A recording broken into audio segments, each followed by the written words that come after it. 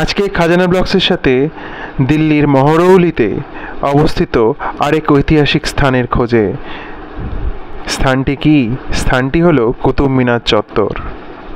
সামনেই দেখতে পাচ্ছ কুতুব মিনার কমপ্লেক্সে ঢোকার টিকিট কাউন্টার। ইন্ডিয়ান ট্যুরিস্টদের জন্য 40 টাকা করে, আর অনলাইন হলে 35 টাকা করে পার পারসন। এই টিকিট কাউন্টারটা মেন মিনারে ঢোকার কমপ্লেক্সের থেকে কিন্তু আলাদা, মানে রাস্তার এপারে কমপ্লেক্স, তো রাস্তার ওপারে হচ্ছে টিকিট কাউন্টার।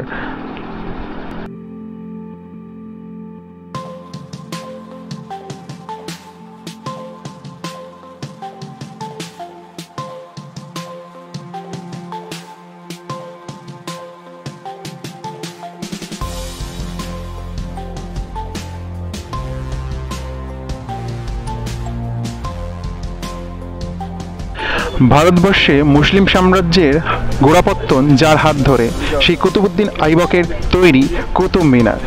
সেই কুতুব মিনার বিজয় স্মারকে আজকে আমরা চলে এসেছি। এটি দিল্লিতে অবস্থিত। দিল্লির ইয়েলো লাইন কুতুব মিনার নামে আলাদা একটা মেট্রো স্টেশন আছে, সেখান থেকে 3 কিলোমিটারে মাত্র সেটা অটো করে চলে আসা যায়। কুতুব মিনারটি দিল্লিকার দুর্গের কিলারাই পিথোরার ধ্বংসাবশেষের উপর নির্মিত হয়েছিল। এটি ক্লোস্টার দ্বারা ঘেরা একটি আয়তক্ষেত্রাকার প্রাঙ্গণ দিয়ে গঠিত। 27টি জৈন ও হিন্দু মন্দিরের খোদাই করা স্তম্ভ এবং স্থাপত্যে নির্মিত, যা কুতুবউদ্দিন আইবক প্রধান পূর্ব প্রবেশদ্বারের শিলালিপিতে লিপিবদ্ধ করেছিলেন। পরবর্তীতে একটি উঁচু খিলানযুক্ত পর্দা তৈরি করা হয় এবং তৃতীয় মামলুক সুলতান শামসুদ্দিন ইলতুৎমিশ এবং দ্বিতীয় খিলজি সুলতান আলাউদ্দিন খিলজি দ্বারা মসজিদটি বড় করা হয়। কুতুব মিনারের অসংখ্য প্রাকৃতিক দুর্যোগ থেকে বেঁচে থাকার বিষয়টি এই কাঠামোর একটি আকর্ষণীয় বৈশিষ্ট্য। তবে সেই স্মৃতিস্তম্ভটি অনেকাংশে অক্ষত ছিল। সামান্য একজন দাসের জীবন থেকে শুরু করে তিনি গড়ে তোলেন ভারতে প্রথম মুসলিম সালতানাত। তারা ছিলেন অ্যাকচুয়ালি তুর্কি স্থানীয়, তুর্কি দেশ থেকে এসেছিলেন এবং এখানে গড়ে তোলেন তুর্কি সাম্রাজ্য।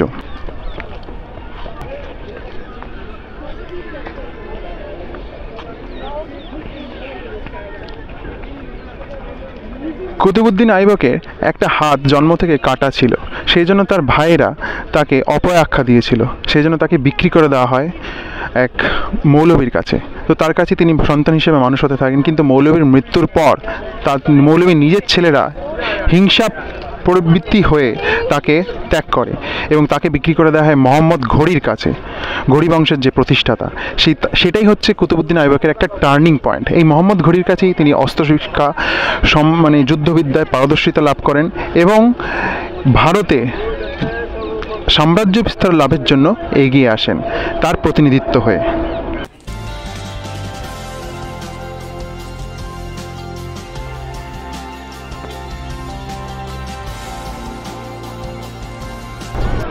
(1192) সাল থেকে 1206 সাল অবধি এই কুতুবউদ্দিন আইবক মোহাম্মদ ঘড়ির অধীনস্থ হয়ে দিল্লিতে শাসন চালাতে থাকেন। এই সময় তিনি তার আন্ডারে দিল্লি থেকে শুরু করে দিল্লি, পাঞ্জাব, গুজরাট, সমগ্র উত্তর ভারত তার অধীনস্থ হয় এবং সালতানাত গড়ে ওঠে। 1206 সালে মোহাম্মদ ঘড়ির মৃত্যু হয়। মোহাম্মদ ঘড়ির মৃত্যুর পর তার সুযোগ্য উত্তরাধিকারী একজন দাস, যিনি কুতুবউদ্দিন আইবক, দিল্লির সিংহাসনে বসেন এবং সেই সময় এই মোহাম্মদ ঘড়ির পুত্র গিয়াসউদ্দিন মাহমুদের কাছ থেকে তিনি কিন্তু এই দাস যে ব্যাপারটা ছিল সেটা থেকে মুক্তি লাভ করে, সেই মুক্তি লাভের সনদ পান। এরপর থেকে তার সাম্রাজ্য চলতে থাকে। এরপরে 1210 সালে কুতুবউদ্দিন আইবক পোলো খেলতে গিয়ে ঘোড়ার পিঠ থেকে পড়ে মৃত্যুবরণ করেন। 1368 সালে কুতুব মিনারের প্রথম বজ্রপাত হয়, যার ফলে মিনারের উঁচু অংশ অনেক ক্ষতিগ্রস্ত হয়। এর পরবর্তীকালে সুলতান ফিরোজ শাহ তুগলক এর সংস্কার ও পুনর্গঠন করেন। 1505 সালে আরেকটি ভূমিকম্প দ্বারা কুতুব মিনার ক্ষতিগ্রস্ত হয়। এটি মেরামত করেছিলেন দ্বিতীয় লোদি সুলতান সিকান্দার লোদি। পরবর্তীতে 1803 সালের 1 সেপ্টেম্বর একটি বড় ভূমিকম্পে পুনরায় মারাত্মক ক্ষতিগ্রস্ত হয়। ব্রিটিশ ভারতীয় সেনাবাহিনীর মেজর রবার্ট স্মিথ 1828 সালে টাওয়ারটি সংস্কার করেন এবং পঞ্চম তলায় একটি স্তম্ভযুক্ত কুপোলা স্থাপন করেন। 1848 সালে ভারতের গভর্নর জেনারেল দ্য ভিসকাউন্ট হার্ডিঞ্জের নির্দেশে কুপোলাটি নামানো হয়। পরবর্তী সময়ে এটি কুতুব মিনারের পূর্বে স্তরে পুনঃস্থাপন করা হয়েছিল, যেটি এখানে অবশিষ্ট রয়েছে। এই কুতুব মিনার 1993 সালে ইউনেস্কো কর্তৃক বিশ্ব ঐতিহ্যবাহী স্থানের তালিকায় যুক্ত হয়েছে। আমি এখন এই মুহূর্তে দাঁড়িয়ে আছি সুলতানি বা দাস বংশের বিজয় স্তম্ভের স্মারক, গৌরবের চিহ্ন কুতুব মিনারের সামনে। এই সেই কুতুব মিনার যেটা বানিয়েছিল কুতুবউদ্দিন আইবক, গোড়াপত্তন শুরু করেছিল, যিনি পরে মামলুক রাজবংশের থেকে দিল্লির প্রথম সুলতান হয়েছিলেন। মিনারের নির্মাণ কাজ তার উত্তরাধিকারী ইলতুৎমিশ দ্বারা অব্যাহত ছিল এবং অবশেষে তুগলক রাজবংশের একজন দিল্লির সুলতান ফিরোজ শাহ তুগলক দ্বারা এটি 1368 খ্রিস্টাব্দে সম্পন্ন হয়। কুব্বাত উল ইসলাম মসজিদ পরে কুয়াত উল ইসলামে পরিণত হয়, কুতুব মিনারের পাশেই দাঁড়িয়ে আছে। কুতুব মিনারটি আফগানিস্তানের জামের মিনার দ্বারা অনুপ্রাণিত। এটি প্রাথমিক আফগান স্থাপত্যের একটি গুরুত্বপূর্ণ উদাহরণ, যা পরবর্তীতে ইন্দো ইসলামী স্থাপত্যে বিকশিত হয়। কুতুব মিনারটি ইট দিয়ে তৈরি বিশ্বের সবচেয়ে উঁচু মিনার। এটির 5টি স্বতন্ত্র তলা রয়েছে। প্রতিটি মুকারনাস কোরবেল ও টেপারের ওপর বহন করা একটি ঝুলন্ত বারান্দা দিয়ে চিহ্নিত করা হয়েছে, যার ব্যাস পাদদেশের 14 মিটারের মতো এবং শীর্ষে 2.5 মিটারের মতো। এই পাদদেশ ও শীর্ষের মধ্যে 279টি ধাপের দূরত্ব রয়েছে। 1981 সালের 4 ডিসেম্বর কুতুব মিনার স্তম্ভটির মধ্যে আকস্মিক বিদ্যুৎ ঘাটতির আতঙ্কে ছত্রভঙ্গের সময় 45 জন ব্যক্তির মৃত্যু হয়। তারপরে কর্তৃপক্ষের নেতৃত্বে অভ্যন্তরীণ বিভাগে জনসাধারণের প্রবেশাধিকার নিষিদ্ধ করে দেওয়া হয়। প্রাথমিক অবস্থায় এই কুতুব মিনার 4 তলার মিনার ছিল। ফিরোজ শাহ সংস্কারের সময় সর্বোচ্চ তলটি দুভাগে বিভক্ত করেন, ফলে বর্তমানে ওটা 5 তলা। সুলতান কুতুবউদ্দিন আইবক তার নামে কিন্তু এই কুতুব মিনারের নাম রাখেননি। তিনি নাম রেখেছিলেন সেই সময় একজন প্রসিদ্ধ খাজা মঈনুদ্দিন চিশতি তার শিষ্য মোহাম্মদ কুতুবউদ্দিন কারকির নামে এই কুতুব মিনারের নাম করা হয়। আমরা যদি একটু দেখি একটু ভালো করে, এই কুতুব মিনার কিন্তু থরে থরে ইট দিয়ে তৈরি একটা মিনার। তো এখানে কিন্তু অনেক সুন্দর করে কারুকার্য দেখা আছে। এখানে কোরআনের আয়াতগুলো লেখা আছে পাথরে খোদাই করে, পাথর কেটে কেটে খুব সুন্দর করে বানানো হয়েছে। 850 বছরের পুরনো এই মিনার এখনও কিন্তু টিকে আছে। প্রাথমিক অবস্থায় সবটাই ছিল লাল পাথরের গাঁথনি। ফিরোজ শাহ মেরামতির সময় উপরের 2টি তলা সাদা মার্বেল দিয়ে তৈরি করান। মিনারের নিচের তলায় 26টি পলতোলা, পর্যায়ক্রমে একটি গোলাকৃতি একটি কোণ বিশিষ্ট। সৈয়দ মুস্তাফা আলীর ভাষায় একটা বাঁশি একটা কোণা পরপর সাজানো, তার মানে পরপর 2টি বাঁশি কেন্দ্রবিন্দুতে 30 ডিগ্রি কোণ রচনা করেছে, আর তাকেই 2 আধখানা করে কোণগুলি সাজানো। দ্বিতলেও 26টি খাঁজ, প্রতিটি খাঁজ কেন্দ্রে 15 ডিগ্রি কোণ রচনা করেছে। 3 তলাতেও সেই 26 ভাগের ছন্দ অর্থাৎ 15 ডিগ্রির ব্যবস্থাটা পাকা আছে, যদিও এবার বাঁশি খোয়া গেছে, সবই কোণাকৃতি। মিনার যে ক্রমশ মোটা থেকে শুরু হয়ে উঠেছে তার মৌল হেতু নিঃসন্দেহে দৃঢ়তা বা ভারসাম্যের প্রয়োজনে। যে ইমারত তলায় চওড়া উপরে সরু তা দীর্ঘস্থায়ী, যেমন মিশরের পিরামিড, ঝড়ে উল্টে পড়ার সম্ভাবনা সেখানে আদৌ নেই। এখানে কিন্তু স্থপতি ভারসাম্যের প্রয়োজনের চেয়েও এই সরু মোটার ছন্দটা বেশি প্রকট করেছেন। উদ্দেশ্য দর্শককে বিভ্রান্ত করা, অর্থাৎ মিনার বাস্তবে যত উঁচু এজন্য তার চেয়েও সেটা বেশি মনে হয়। যে ছন্দে দিল্লির জামে মসজিদ বা তাজের মিনারিকা মোটা থেকে শুরু হয়েছে, সেখানে সেই ছন্দটাও আরও প্রকট। তুগলক, আলাউদ্দিন খলজি ও ব্রিটিশগণ সহ পরবর্তী অনেক শাসক এই চত্বরে কাঠামো যুক্ত করেছিলেন। কুতুব মিনার ও কুয়াত উল ইসলাম মসজিদ ছাড়াও কমপ্লেক্সের অন্যান্য কাঠামোর মধ্যে আলাই দরওয়াজা, আলাই মিনার ও লৌহস্তম্ভ বিখ্যাত। কুয়াত উল ইসলাম মসজিদটি মূলত 27টি প্রাচীন হিন্দু ও জৈন মন্দিরের ধ্বংসাবশেষ দ্বারা নির্মিত হয়েছিল। মন্দিরের স্তম্ভগুলি পুনরায় ব্যবহার করা হয়েছিল এবং মূল চিত্রকলাগুলিকে প্লাস্টারের দ্বারা আড়াল করা হয়েছিল। চত্বরের ভেতরে ইলতুৎমিশ, আলাউদ্দিন খলজি ও ইমাম জমিনের সমাধি রয়েছে। এই কুতুব মিনারের সামনেই আছে কাওয়াতুল ইসলাম মসজিদ, যেটি 1193 সালে রাজপুতদের বিরুদ্ধে বিজয় উপলক্ষে এই মসজিদ তৈরি করেন কুতুবউদ্দিন আইবক। এই মসজিদটি আইবক ইসলামের শক্তির প্রতীক হিসাবে নির্মাণ করেন। ইট আর পাথরের তৈরি এই মিনারটা ভারতের সর্ববৃহৎ মিনার। এই কুতুব মিনারের উচ্চতা কিন্তু 238 ফুট, যা তাজমহলের উচ্চতার থেকে মাত্র 5 ফুট কম। তাজমহলের উচ্চতা 243 ফুট। এই কুতুব মিনারের ভেতরে কিন্তু 379টা স্টেপ রয়েছে, মানে সিঁড়ি রয়েছে। সেই সিঁড়ি দিয়ে ওপরে একদম উঠে যাওয়া যায়, যদিও সেটা এখন কিন্তু দর্শকদের জন্য বন্ধ রয়েছে। নিচের যে বেসমেন্টটা দেখছো, বেসমেন্টের চওড়াটা কিন্তু 48 ফুট, আর ওপরের দিকে দেখো সরু হয়ে গেছে, ওর চওড়াটা কিন্তু 9 ফুট।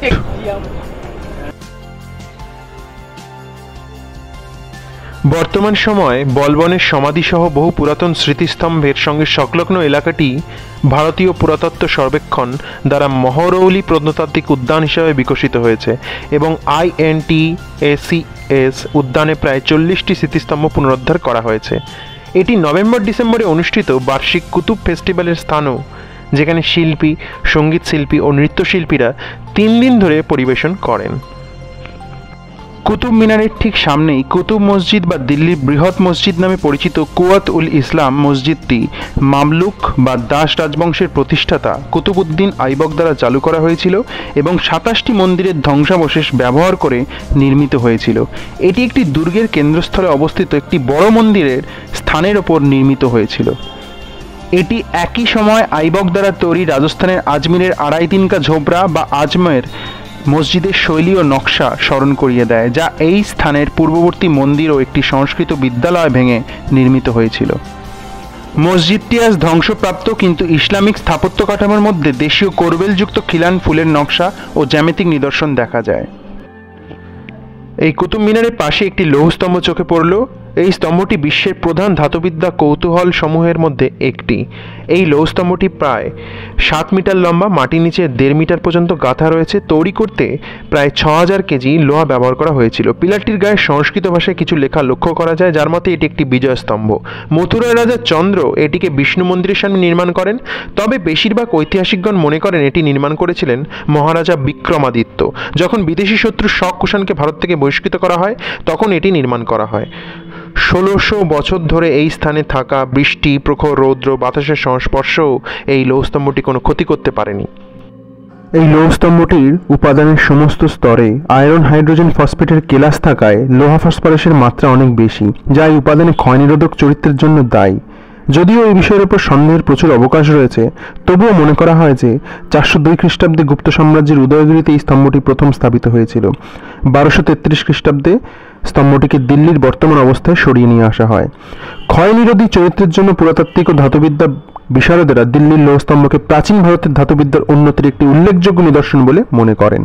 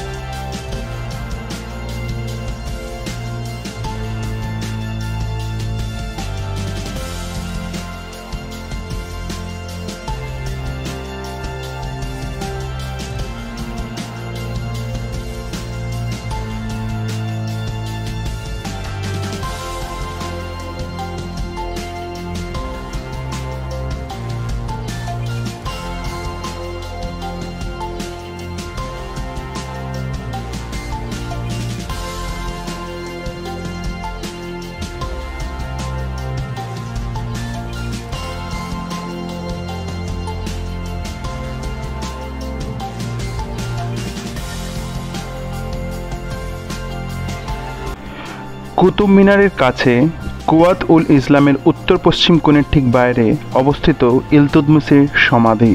সমাধির ভেতরে 3টি পাথরা কুলুঙ্গি রয়েছে। এর মধ্যে কেন্দ্রীয়টি অন্য দুটির চেয়ে উঁচুতে অবস্থিত এবং মার্বেল দিয়ে সজ্জিত। ইলতুৎমিশের সমাধিটি তার স্বতন্ত্র স্থাপত্যের জন্য পরিচিত, যা ইসলামী, ফার্সি এবং ভারতীয় শৈলীর উপাদানগুলিকে মিশ্রিত করে। সমাধিটি তার শিলালিপির জন্য উল্লেখযোগ্য, যা মূল্যবান ঐতিহাসিক তথ্য প্রদান করে। শিলালিপিতে কুরআনের আয়াত এবং ইলতুৎমিশের শাসনামলের কৃতিত্বের বিবরণ রয়েছে। সমাধিটি মূলত লাল বেলেপাথর দিয়ে নির্মিত এবং এতে জটিল ক্যালিগ্রাফি এবং জ্যামিতিক নিদর্শন রয়েছে, যা সেই যুগের স্থাপত্যের বৈশিষ্ট্য। কেন্দ্রীয় সমাধিটি স্তম্ভ দ্বারা সমর্থিত একটি বারান্দা দ্বারা বেষ্টিত। এটি একটি উন্মুক্ত এবং বাতাসযুক্ত অনুভূতি দেয়।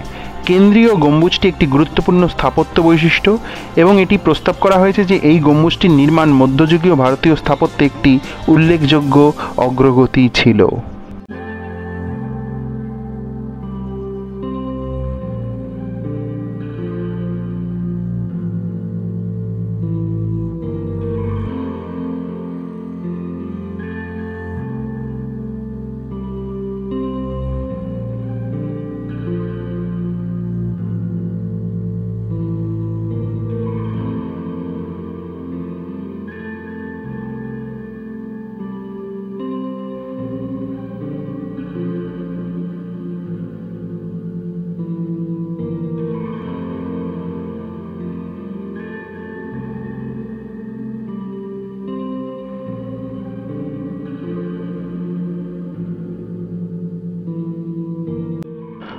চত্বরের পেছনে মসজিদের দক্ষিণ পশ্চিমে একটি এল আকৃতির নির্মাণ দাঁড়িয়ে আছে, যেখানে 1316 খ্রিস্টাব্দে তৈরিকৃত আলাউদ্দিন খিলজির সমাধি রয়েছে এবং তার দ্বারা নির্মিত একটি ইসলামিক শিক্ষা লয় মাদ্রাসা রয়েছে।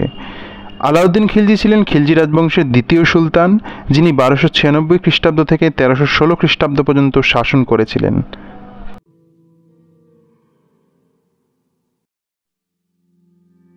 এটি ছিল ভারতের প্রথম উদাহরণ যেখানে মাদ্রাসার পাশে একটি সমাধি দাঁড়িয়ে আছে।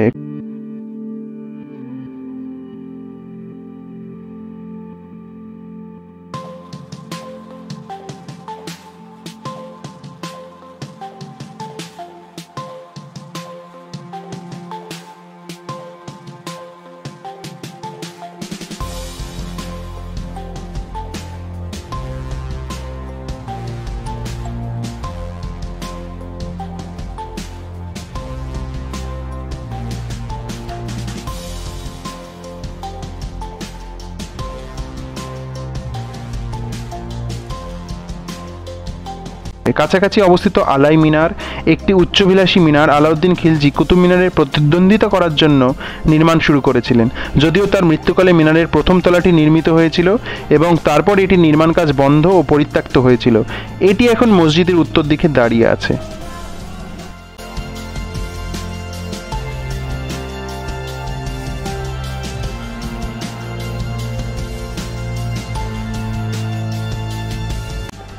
তেরোশো খ্রিস্টাব্দের আগে নির্মিত কুওয়াত উল ইসলাম মসজিদের আকার দ্বিগুণ করার পর আলাউদ্দিন খিলজি আলাই মিনার নির্মাণ শুরু করেন। তিনি ধারণা করেছিলেন এই মিনারটি বর্ধিত মসজিদের অনুপাতে কুতুব মিনারের চেয়ে উচ্চতায় দ্বিগুণ হবে, কিন্তু 1316 খ্রিস্টাব্দে তার মৃত্যুর পর সেই কাজ বন্ধ হয়ে যায়। একটি বিশাল ধ্বংসস্তূপের গাঁথনি কেন্দ্র হিসেবে আলাই মিনারের প্রথম তলা আজও দাঁড়িয়ে রয়েছে, যা স্পষ্টতই পরে পরিহিত পাথর দিয়ে ঢেকে দেওয়া হয়েছিল।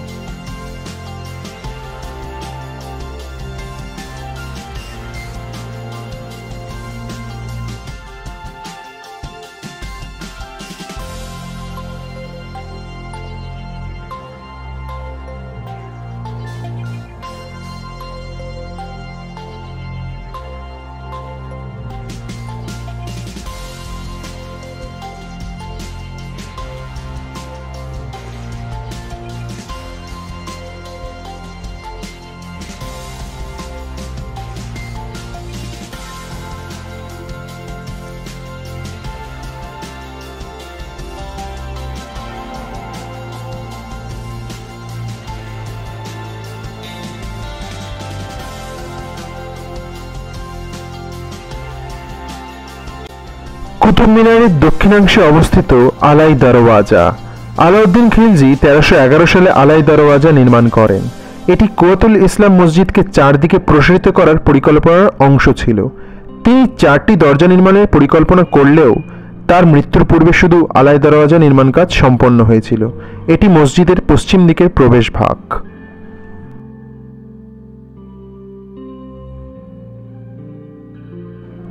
স্থাপনাটি লাল বেলেপাথর দিয়ে নির্মিত। বর্গাকৃতির এই স্থাপনার উপরে একটি গম্বুজ বিদ্যমান। এছাড়াও এর প্রবেশমুখে খিলান বিদ্যমান।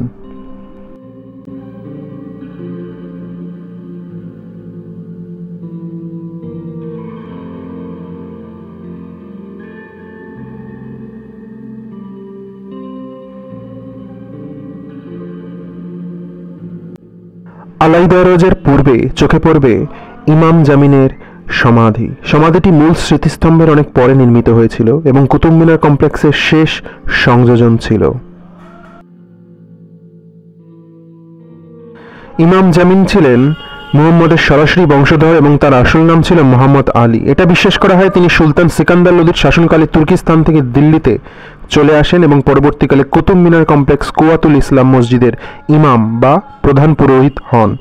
প্রবেশদ্বারের শিলালিপি অনুসারে হুমায়ুনের রাজত্বকালে 1537 থেকে 1538 সালের মধ্যে জমিন দ্বারা সমাধিটি নির্মিত হয়েছিল। 1539 সালে তিনি মৃত্যুবরণ করেন।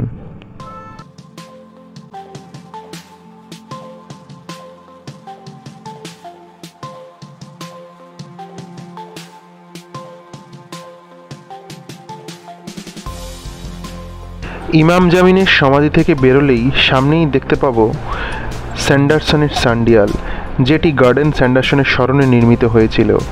আর্কিওলজিক্যাল সার্ভে অফ ইন্ডিয়া দ্বারা নিযুক্ত গার্ডেন স্যান্ডারসন কুতুব কমপ্লেক্সে ব্যাপক খনন কার্য পরিচালনা করেন এবং দিল্লির ওপর বেশ কিছু প্রভাবশালী বই রচনা করেন, যার মধ্যে অনেকগুলি ঐতিহাসিকদের জন্য গুরুত্বপূর্ণ রেফারেন্স।